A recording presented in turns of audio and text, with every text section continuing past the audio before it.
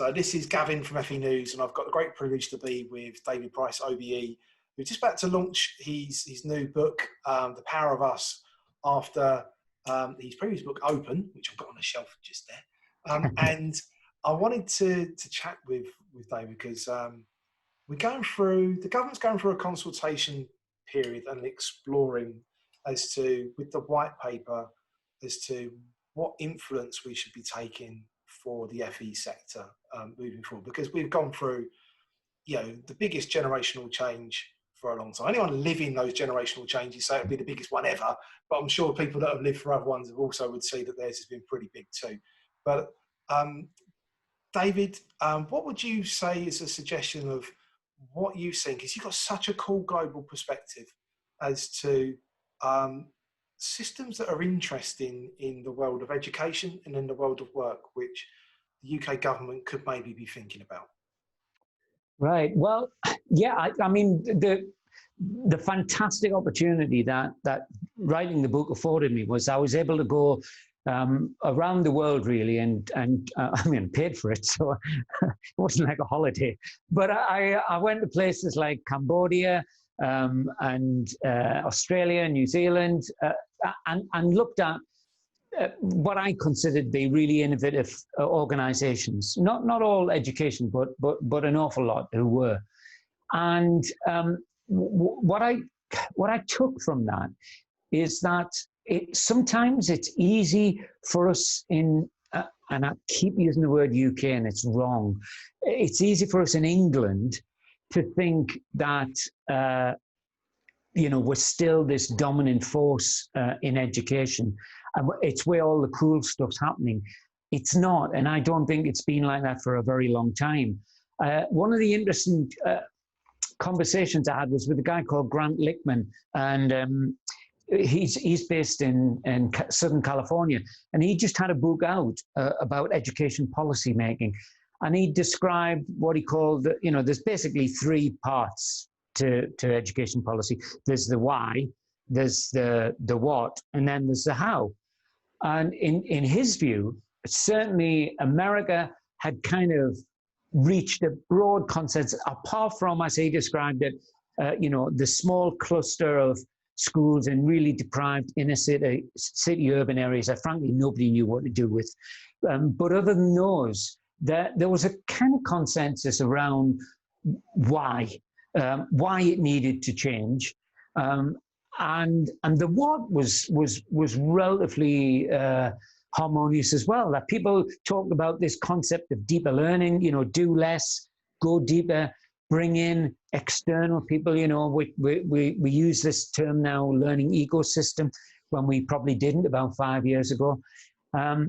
And he said to me, so how is it in the UK?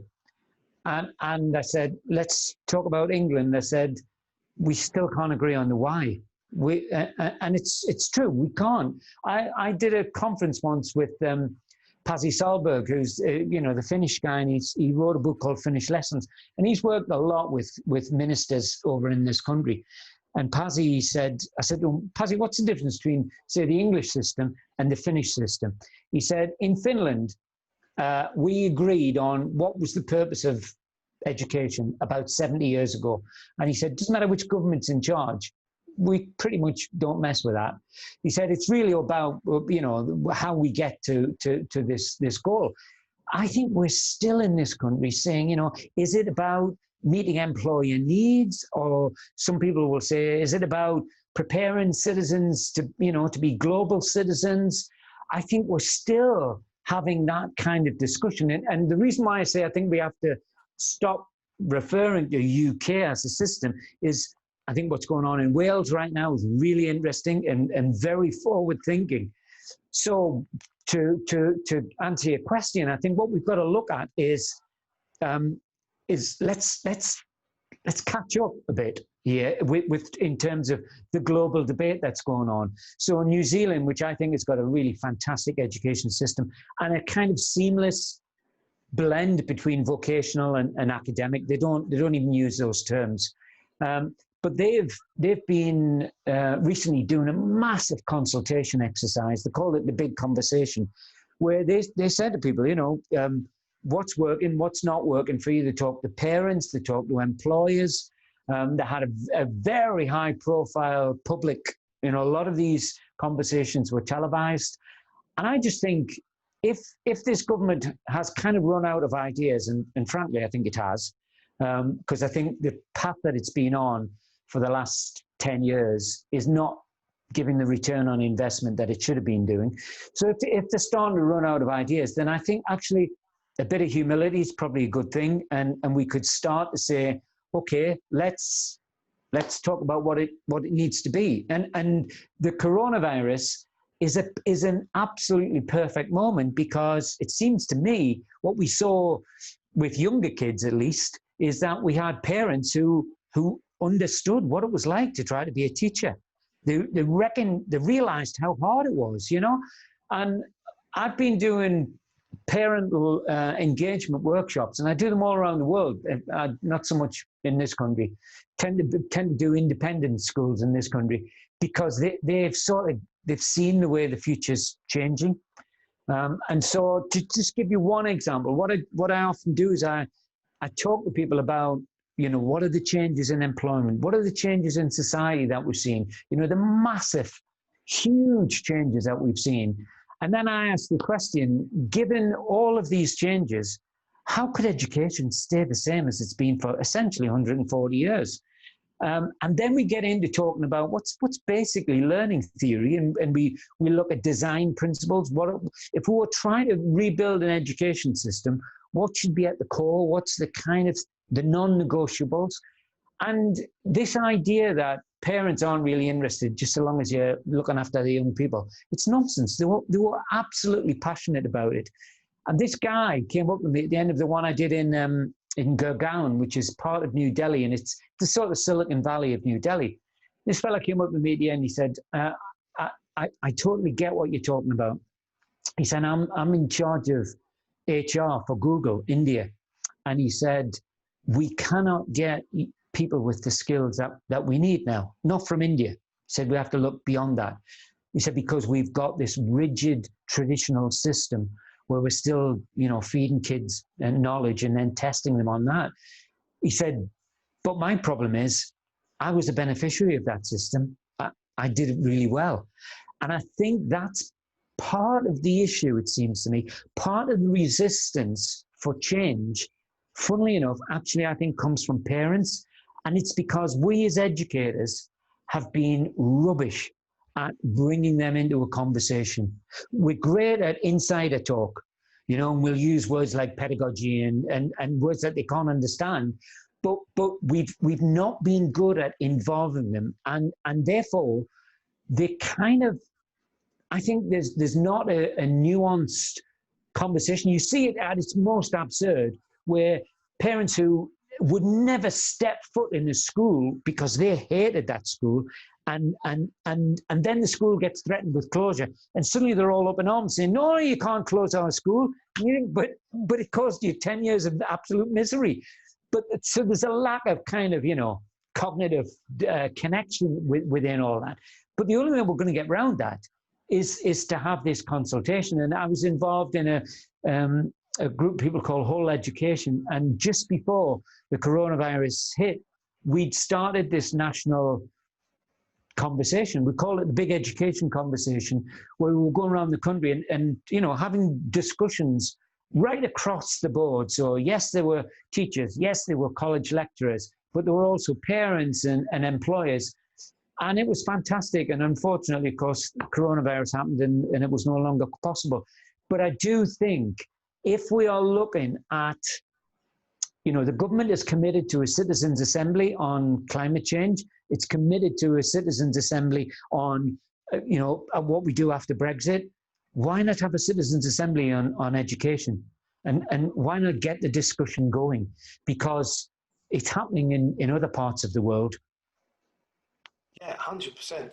It leads me on to the thing that government's always been trying to sort of look to try to sort of fix for a long time. And I think that the whole reason why apprenticeships are so important to government is around the productivity puzzle, around trying to solve productivity. And yeah, UK's productivity is traditionally very low compared to our competitor nations.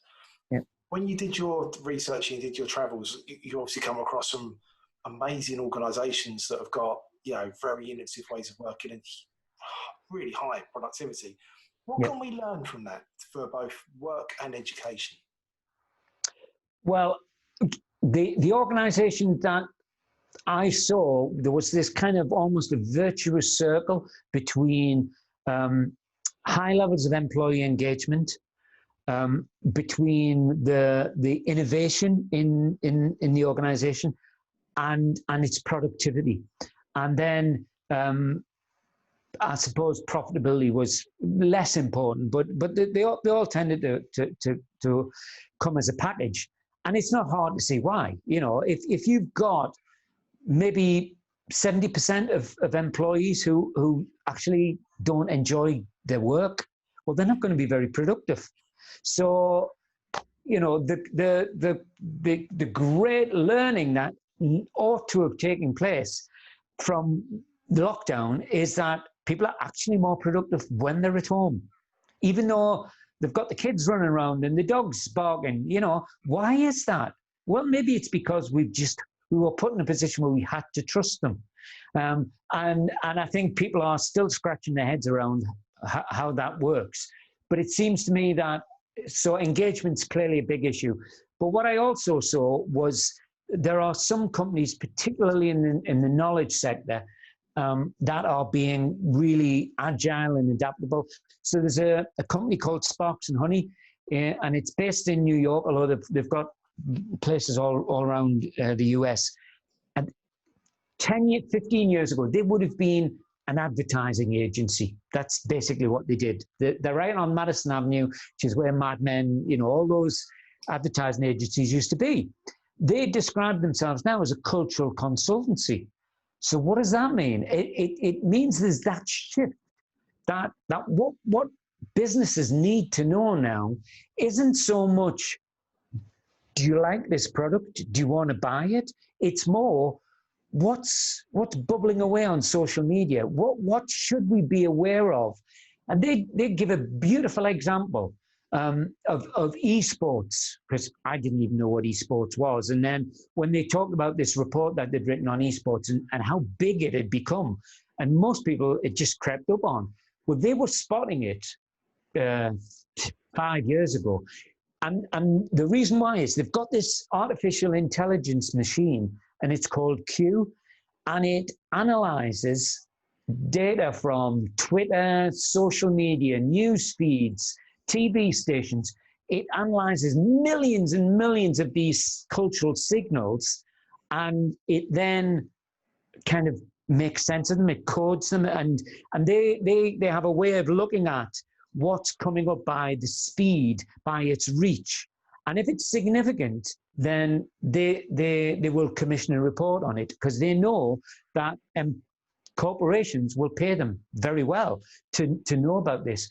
More importantly than that, they'd just done a contract with the US military, because they wanted to know what are the early signs of young people being radicalized, and how do we spot it before it becomes a real issue. So I thought that was a beautiful blend of machine intelligence and human culture. And that's basically what they do. And I think this is going to be the future. It's true that, you know, we are going to lose jobs. The sort of the repetitive task-based jobs. A computer can do that so much better than us. But computers are lousy at being human.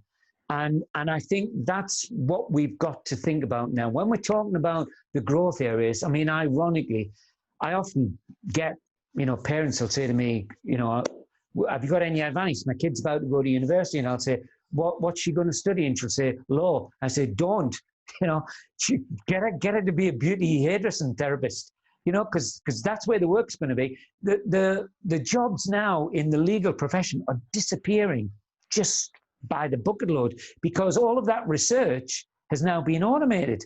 So I think what we're seeing is this complete inversion, whereby the cognitive and manual complex tasks will always be done by humans. You know, you're never going to get a robot come out to your house because you've got a leak and then work out where that leak was and then fix it. And I think it's a great disservice to this country that we've marginalized the skill that's involved in those professions. And we need to be more like Germany. Yeah, 100%.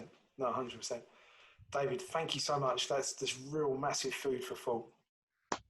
You're welcome, Gavin. We'll do it again.